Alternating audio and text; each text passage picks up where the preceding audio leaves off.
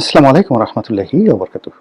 সম্মানিত দর্শক, আওয়ামী লীগ সরকার আমলের সবচেয়ে আলোচিত, অনেকের ক্ষেত্রে সমালোচিত আইসিটি মন্ত্রী জুনায়েদ আহমেদ পলককে নিয়ে বা তার পরিবারকে নিয়ে আজকে কিছু কথা বলবো।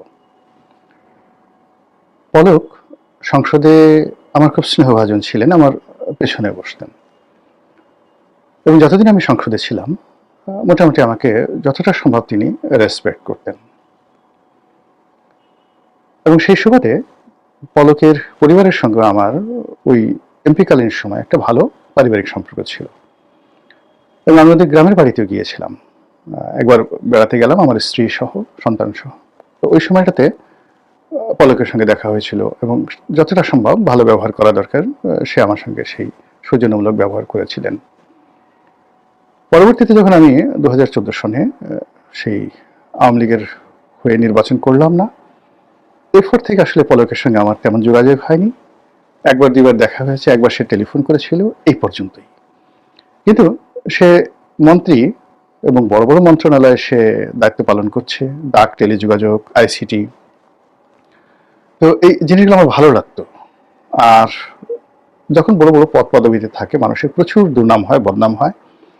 পলককে নিয়েও সেই ধরনের যে কথাবার্তা যখন আমি শুনতাম, আমি এগুলো রাগ করতাম না। এর কারণ হলো যে আমি যখন রাজনীতিতে ছিলাম আমাকে নিয়েও নানা রকম কথাবার্তা হতো যার সঙ্গে কোনো বাস্তবের মিল থাকতো না। যাই হোক, পলক গ্রেপ্তার হলো, জেলে গেল। তারপর জেলে যাওয়ার পর সঙ্গত কারণে আমি তার ব্যাপারে উৎসাহী হলাম। আর জেলে যাওয়ার আগে আমি একটু বিরক্ত হয়েছিলাম তার ব্যাপারে। বিরক্ত হয়েছিলাম এই কারণে যে একেবারে সেই জুলাই আগস্ট মাসের ওই সময়টিতে সে আমাকে নিয়ে একটি বক্তব্য দিয়েছিল যে গোলাম মোল্লা রনি এরকম উল্টাপাল্টা কথাবার্তা বলছে, ইত্যাদি ইত্যাদি নানা রকম। তখন ওটাকে আমি খুব প্রতিবাদ করেছিলাম। এরপরে যখন সরকারের পতন হলো, পলক জেলে গেল, আই ফরগেট ইট যে এটা একান্ত হয়ে গেছে। পরবর্তীতে যখন সেই সরকারের পতন হলো, তো একদিন পলকের স্ত্রী টেলিফোন করলেন আমাকে, তার নাম কণিকা। তো ফোন করে বলেন যে রনি ভাই, আমি কণিকা বলছি, আছি এখন ইংল্যান্ডে। তা বললাম যে বলো বোন, কি হয়েছে তোমার, ইত্যাদি ইত্যাদি। বলে যে না, আসলে পলক এর পক্ষ থেকে আমি মাপ চাচ্ছি। পলক আপনাকে অনেক শ্রদ্ধা করতেন। তারপর সেই ক্ষমতার শেষ সময়টিতে পলক এই আপনার সম্পর্কে একটা কথা বলছেন, এটা নিয়ে আমরা, মানে আমি বিশেষ করে, পলকের স্ত্রী বলে যে আমরা পলককে জিজ্ঞাসা করেছি কথা কেন তুমি বলেছো রনি ভাই সম্পর্কে। তো পলক বলে যে আমি বলিনি, এটা মূলত আসলে গোয়েন্দা সংস্থা থেকে বলতে বলা হয়েছে, আমি শুধুমাত্র কন্ট্যাক্ট করেছি। এনিওয়ে, এরপর থেকে মাঝে মধ্যেই পলকের স্ত্রী ফোন দেন, কথাবার্তা বলেন এবং যেটা বলার চেষ্টা করেন যে পলক মূলত আপাতমস্তক একজন সৎ মানুষ এবং অনেকটা সহজ সরল প্রকৃতির। তার বিরুদ্ধে যে বদনামগুলো আছে, টাকা পয়সা, দুর্নীতি, অনিয়ম যা কিছু হচ্ছে, নারী কেলেঙ্কারি থেকে শুরু করে যা কিছু হচ্ছে, মানে সব তিনি বলতে পারেন না, কিন্তু টাকা পয়সার যে বিষয়গুলো, যেমন নুসরাত ফারিয়াকে নিয়ে, তাকে নিয়ে যে সকল কথা হয়, তার যৌনতা নিয়ে কথাবার্তা হয়, স্ত্রী হিসেবে এই কথাগুলো তিনি বলতে পারেন না, কিন্তু অর্থনৈতিক যে বিষয়গুলো আছে সেই বিষয়গুলো নিয়ে তিনি সরাসরি বলেন যে না রনি ভাই, পলক জীবনে কোনো অন্যায় করেননি। তিনি শুধুমাত্র যে কয়টা টাকা বেতন পেতেন ওটা দিয়ে আমাদের জীবনযাত্রা চলছে। এবং তিনি উদাহরণ হিসেবে বলেন যে আমি তো এখন ইংল্যান্ডে রাজনৈতিক আশ্রয় নেওয়ার চেষ্টা করছি, একটা কনসেন্ট্রেশন ক্যাম্পে আছি এবং এখানে ও একদিন একটা ভিডিও পাঠালো যে খুব কষ্ট করে আমরা খেতে পারি না, এখানে বাইরে থেকে কিছু কিনতে পারি না, যেতে পারি না, একেবারে মানবেতর জীবনযাপন, এর সেটা আর হয় না এবং দেশে তার আত্মীয় স্বজন বলতে গেলে না খেয়ে আছে। এই কথাগুলো তিনি বলেন। আমি শুনি, সবসময় শুনি। এর কারণ হলো তার এই আবেগ, সে যাই বলুন না কেন। আর আমি তো আসলে পলক সম্পর্কে কিছুই জানি না।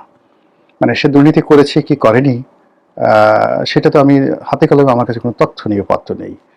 তার বিরুদ্ধে রাষ্ট্র ব্যবস্থা নিয়েছে, তার বিরুদ্ধে মামলা চলছে, আরো মামলা হবে, ইত্যাদি ইত্যাদি নানা বিষয়গুলো, এগুলো রাষ্ট্রের কাছে তথ্য আছে, কিন্তু আমি তো এই বিষয়গুলো জানি না। ফলে যখন রাষ্ট্রের এই ঘটনাগুলো হয় আর পলকের স্ত্রীর যখন কান্না বিজড়িত কথা আমি শুনি, এটা আমাকে রীতিমতো অনেক সময় মনে হয় যে আসলে কি দেশটা এরকম। আবার অন্যদিকে যে বিষয়গুলো আমি পলককে দেখেছি, পলকের সঙ্গে আমার ব্যক্তিগত একটা বিষয় না বললেই না, সবাই মনে করবে যে আপনি এত বোকা কেন। পলকের স্ত্রী বলল আর আপনি সেটা বিশ্বাস করলেন। তো এক্ষেত্রে আসলে আমি কণিকাকে বিভিন্ন সময় বলার চেষ্টা করছি যে দেখো বোন, যেটা মানে প্রচার হয়ে যায় সেটা সত্য মিথ্যা ডাজ নট ম্যাটার, ওটাকে কেউ মানে অস্বীকার করতে পারে না। আমি বললাম যে ধরো ওই যে বাসন্তীর জল মানে জাল পড়া ছবি, কিংবা শেখ কামালের ব্যাংক ডাকাতি, আমরা তো বিএনপির যারা লোকজন মানে না বললেও সাধারণ মানুষ এটা বিশ্বাস করে। বা ওই যে শেখ কামাল মেজর ডালিমের স্ত্রীকে অপহরণ করেছেন, তো এটা মেজর ডালিম স্বয়ং বলেছেন যে না, এ ধরনের কোনো ঘটনা ঘটেনি, তারপরে কিন্তু মানুষ পছন্দ করে না, মানুষ ওটা শুনতেই পছন্দ করে। এটা হলো মানুষের একটা ক্যারেক্টারিস্টিক্স। তো বেটার হলো যে পলক খুব মানে অপকর্ম করেনি, কোনো যাকে বলা হয় দুর্নীতি করেনি, কোনো টাকা পয়সা নেই, একেবারে দেবতার মতো সৎ ছিলেন, এবং সে নিজেকে একটা তরুণদের আইডল হিসেবে, আইকন হিসেবে প্রতিষ্ঠিত করার জন্য সে সবসময় চেষ্টা করে গেছে। এই কথাগুলো তুমি কাউকে এভাবে বলার দরকার নেই, বিকজ নোবডি উইল বিলিভ। এই কথাগুলো তাকে আমি এভাবে বলতাম। যাই হোক, এইভাবে মাঝে মধ্যে সে আমার মানে ইউটিউব দেখে, রেগুলার দেখে, টেলিফোন করে, সবকিছু করে। তো পলকের সঙ্গে আমার যে ব্যক্তিগত সম্পর্কটা কতটা নিবিড় ছিল, সেটা হলো সে সত্যিকার অর্থে আমাকে বড় ভাই হিসেবে সম্মান করতো, এবং সম্মানটা ওই পর্যায়ে ছিল যে একদিন সে 2009 সনে সে আমাকে খুব দুঃখ করে বলছিল যে রনি ভাই, আমি তো খুব বিপদের মধ্যে আছি, আমি তো এলাকায় যেতে পারছি না, মারামারি কাটাকাটি, জেলা শহরে যেতে পারছি না, অনেক প্রতিদ্বন্দ্বী হয়ে গেছে, লোকজন আজে বাজে কথাবার্তা বলছে।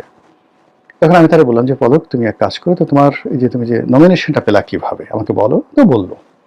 সেকেন্ড হলো যে এমপি ইলেকশন করার আগে তোমার কি কোনো গাড়ি ছিল? তো বললো যে না। তার মানে যে এমপি ইলেকশন করার পরে অল্প কয়েকদিনের মধ্যে তুমি দুটো গাড়ি কিনেছো, একটা প্রাইভেট কার, একটা জিপ, আর দুটো বন্দুক কিনেছো, একটা পিস্তল এবং একটা বন্দুক। তো এই জিনিসগুলো হলো কি, টাকা তুমি যেখান থেকে পেয়েছো বা হাওলাত করেছো বা লোন নিয়েছো, যা কিছু করেছো, এটা মানুষের চোখে ভীষণ রকম যাকে বলা হয় বদনজির তৈরি করে। এবং তুমি ওই এলাকাতে তোমার যে এমপি, তার সাথে তুমি টিআর কি মানে তো এলাকায় তোমার যে টিওনো, পিআইও, তো সেখান থেকে যদি তুমি একটি টাকাও টিআর কাবিখা এই সমস্ত জায়গা থেকে নিয়ে থাকো, কমিশন নিয়ে থাকো, তাহলে এটা কিন্তু 10 মুখে দুর্গন্ধের মতো ছড়াচ্ছে, এবং ওই অফিসাররা সেই কথাবার্তাগুলো সবার কাছে বলে দিচ্ছে। তো এই কথা বলার পরে সে একেবারে চুপ হয়ে গেল।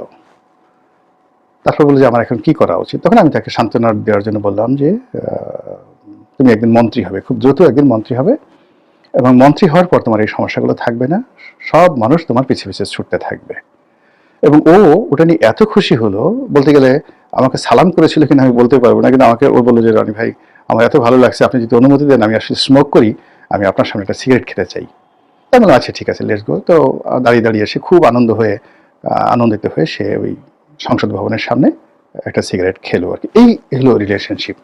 তো সে মন্ত্রী হয়েছে, যা কিছু হয়েছে, কখন তার সঙ্গে আমার ওই ধরনের কথা হয় না। এবার মন্ত্রী হওয়ার পর একদিন টেলিফোন করে আমার কোম্পানিতে একজনকে চাকরি দেওয়ার জন্য একটা সুপারিশ করেছিল। তো আমি বললাম যে এই মুহূর্তে আসলে আমার লোকের দরকার নাই। তো সম্প্রতি যেটি হলো, একটা ভিডিওতে আমি যেটা বলার চেষ্টা করছি যে শেখ হাসিনা কিছু মানুষের জন্য দুর্নাম এবং বদনামের শিকার হয়েছেন। এখন এই মানুষগুলোর অপকর্মের সাথে শেখ হাসিনা জড়িত ছিলেন বা ছিলেন না, ডাজ নট ম্যাটার, বাট বদনাম হয়েছে।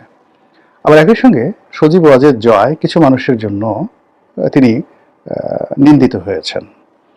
তো সেখানে যাকে বলা হয় পলক আছে, শাহরিয়ার আছে, তারপর যাকে বলা হয় মোহাম্মদ আরাফাত আছে, এরকম আশরাফুল আলম খোকন আছে। মনে করা হতো এদের সঙ্গে জয়ের একটা খুব ভালো সম্পর্ক। এখন এই মানুষগুলো যে কাজগুলোই করেছে, সেই কাজগুলো তাদের ব্যক্তিগত হতে পারে বা মিথ্যা হতে পারে, হোয়াট এভার মেবি, কিন্তু জয়ের একটা বিরাট বদনাম হয়েছে। একইভাবে হাসান মাহমুদ থেকে শুরু করে আরো যারা আছেন, তাদের কারণে শেখ হাসিনার অনেক অনেক বদনাম হয়েছে। তো এটা দেখার পরে সে ফোন করেছে আবার যে রনি ভাই, আপনি ওই সকল দুর্নীতিবাজ হাসান মাহমুদ এদের সাথে পলকের নামটা কেন উচ্চারণ করলেন? পলক তো একেবারে সৎ, আপনারা বলেন পলক অনেক টাকা উপার্জন করছে, তা আমি তো না খেয়ে আছি এখানে, আমার এই টাকাগুলো, পলকের টাকাগুলো আমাকে দিয়ে যান। তাই বললাম যে বোন, আমি তো আসলে ওইভাবে বলিনি, আমি আজ হুল মানে বলতে গিয়েছি, তারপরে এই জিনিসটা হয়েছে। বাট সে খুব অ্যাডামেন্ট, ভীষণ রকম অ্যাডামেন্ট যে এত মানুষ এত দুর্নীতি করলো, তাদের কথা আপনি বলেন না। সে কয়েকজন চিহ্নিত বললো যে সবচেয়ে দুর্নীতির মধ্যে বেশি দুর্নীতি যে করেছে, একজনের নাম বললো মন্ত্রী। তা আমি বললাম যে তার নাম তো আমি বহুবার বলেছি, লিখেছি, সবকিছু করেছি, কিন্তু আমি আসলে পলকের নামটা ওইভাবে দুর্নীতিবাজ হিসেবে বলতে চাইনি। কিন্তু ব্যাপার হলো যে জয়ের সাথে পলকের সম্পর্ক ছিল, এবং পলকের কারণে জয়ের বা জয়ের কারণে পলকের একটা বদনাম হয়েছে, এবং তাদের দুজনকে একসাথে মামলার আসামি করে সেই মামলা চলমান আছে। তো এই কথাটাই বলার চেষ্টা করেছি।